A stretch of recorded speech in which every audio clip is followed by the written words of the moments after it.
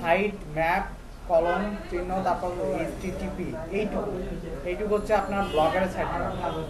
এইভাবে ব্লগারের site map তৈরি করতে হয়। এইটা এখন কপি করবেন, কপি করার পর গুগল ওয়েবমাস্টার টুলসে সাবমিট করবেন।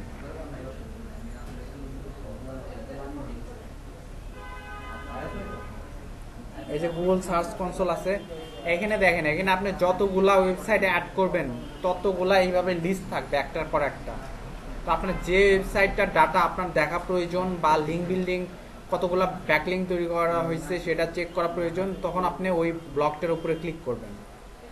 সাপোজ আমি এটার উপরে ক্লিক করলাম, তারপর আমি এই ওয়েবসাইটের যত ডাটা আছে সবগুলো এখন আমি দেখতে পারবো।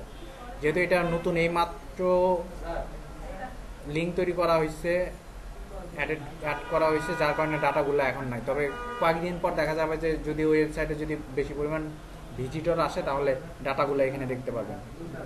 এখানে হচ্ছে এই ড্যাশবোর্ডে গেলে আপনি এখানে ক্রাউল ইরোস, ক্রাউলার মানে কি? ক্রাউল হচ্ছে গুগলের যে বোর্ডটা, সেইটা যদি আপনার ক্রাউল করতে